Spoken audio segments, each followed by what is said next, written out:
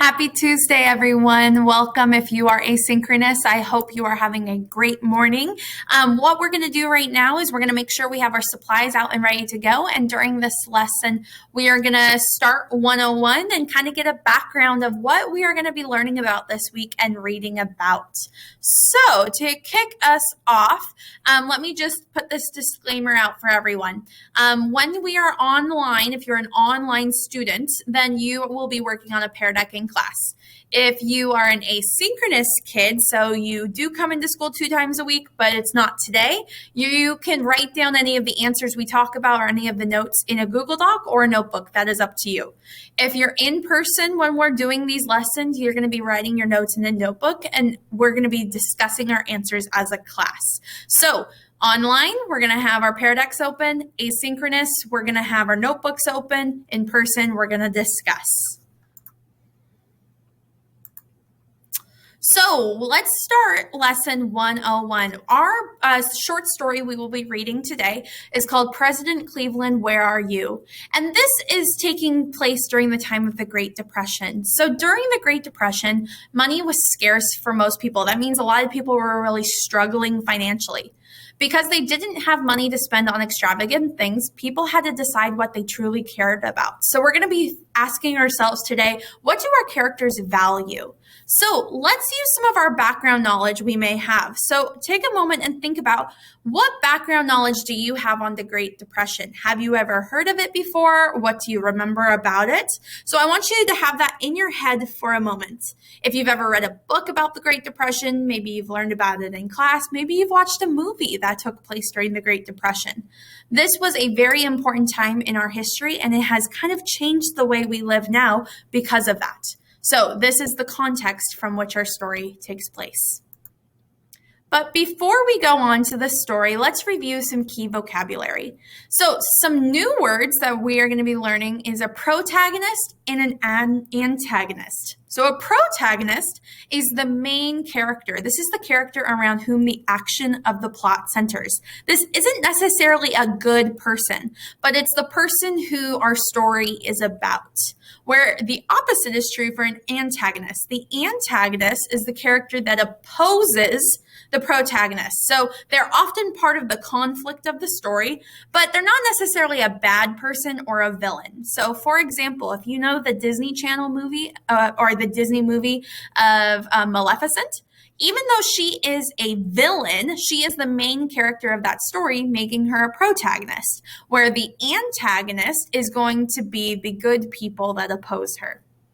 The setting is where and when a literary work takes place, and we're going to be talking about 2 different types of narrators today. We're going to talk about just a narrator in general, which a person who narrates something, especially a character who tells the events of a novel or narrative poem, is the person recounting what's happening. It's the main speaker of a story.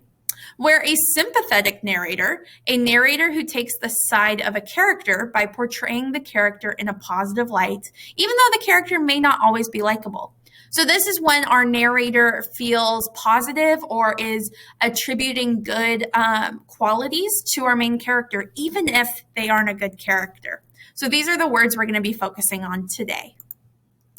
But as always, let's talk about some of the vocabulary that will be in your story. So right now, if you are asynchronous, I want you to take a look at these 5 new words: a lot, indifferent to, dignity, contempt, and indignant. I want you to read the sentence that's under it, and I want you to look at the scrambled list of definitions next to it and think about what would you match each of these words to. So if you want to do this in a notebook, feel free. So I want you to pause the video right now while you do that, and when you're ready to move on, then continue playing the video. All right, so you now have unpaused the video, and these are the correct answers. So a lot, they allotted each guest 1 party favor. Allot just means to give, so they gave each guest 1 party favor. Indifferent to, he was indifferent to the man's reaction. This means he was uninterested. All right. And then a dignity, many respected her sense of dignity and her other leadership qualities. This is a quality of character that commands honor and respect. So it's a respectable or honorable person. Contempt, Their contempt was noticeable at the crowd as the crowd remained silent.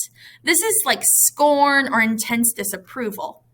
And then finally, indignant. Indignant means angry in response to something perceived as wrong. And we're going to dive into this word even more later when we do our vocab mapping. So it's important that you pay attention to that word.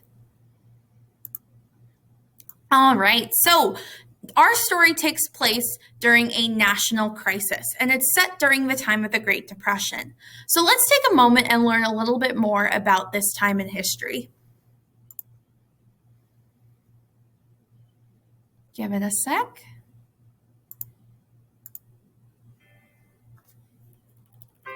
The unbridled economic speculation of the 1920s was followed by a catastrophic financial decline which created the Great Depression of the 1930s.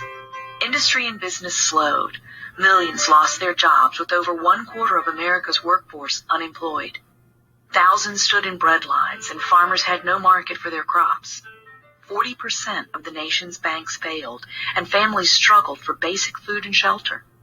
For many, the situation seemed hopeless. In 1932, Franklin D. Roosevelt was elected president in a landslide victory by a nation desperate for change. During his campaign, he had promised the American people a New Deal. In their need, they have registered a mandate that they want direct, vigorous action. They have asked for discipline and direction under leadership.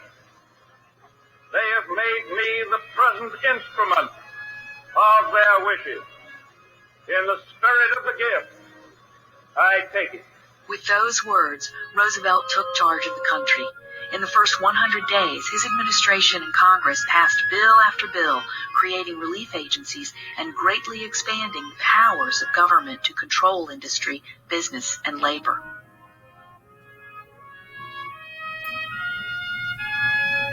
The overwhelming majority of unemployed Americans who are now walking the street would infinitely prefer to work, by Franklin Delano Roosevelt. All right, let's go back to our PowerPoint. With that in our mindset of what's going on, this is going to affect the way we perceive our story. So let's learn a little bit more about our background. So in just a moment, let me move my face. There we go. And in just a moment, we're going to read President Cleveland, Where Are You? This story is historical fiction, which we've read a couple examples of historical fiction throughout this year. And this one takes place during the Great Depression, which we already know is a difficult time in American history. After the stock market crashed in 1929, the nation's economy struggled to recover. During the 1930s, at the height of the Depression, over 1/4 of all Americans were unemployed. Despite the government's efforts to create jobs, millions of Americans suffered through crippling poverty. With so many people out of work and money so scarce, people had to make sacrifices to survive. Now, this sounds like a lot of bad news, but during these hard times, this didn't mean that people stopped enjoying themselves. Instead, they found inexpensive ways to do so. So, for example, children often collected trading cards, which were much plainer and less expensive than the cards that are around today. For a nickel, a boy or girl could buy a pack of gum containing a card. For a dime, he or she could get into a Saturday afternoon movie. In this story we are going to read today, you will read about a group of young people who collected trading cards that showed the cowboy stars they go to see at the movies. So that's what our topic is going to be on today. So before we read, let's focus on our new vocabulary for a moment. I told you we would circle back to this. So in just a moment, you are going to complete a concept map or a vocab map. And concept mapping asks you to think about what a given word means, but also what it doesn't mean. So we're going to be completing a graphic organizer today as a class as you watch the video on a specific vocab word from our story. So, for example, if we look at this sentence with some tricky vocabulary, we're going to take the word momentum. So the high school basketball team is building momentum after winning several games in a row. By using concept maps, you would first enter the word of momentum and the context in which it is used. From this, in the position of this sentence, we know that this is a noun, which is a person, place, thing, or idea. And then we would think about what it means to win several games in a row, and we would know that the team's winning record is strengthening. With all this information, we're able to break down the word momentum even further to understand what the sentence means. So right now, if you are asynchronous, you are going to go to your Google Classroom and you're going to go to classwork and click on the Tuesday concept mapping vocabulary button. And you're going to see two links. You're going to see a sign in Google account link, and that takes you to your Pear Deck activity of the vocab map. And you're going to see a YouTube video that says example vocab map. What you're going to do is you're going to watch the video first, but have your Pear Deck open because there's going to be a certain point in the video that I go through the assignment with you and give you some answers for you to fill out. So make sure you have both open when you are watching the video. All right, so good luck. Make sure you watch the next video and make sure that by the time you come to class, you have the concept mapped filled out. Good luck, and email me if you have any questions.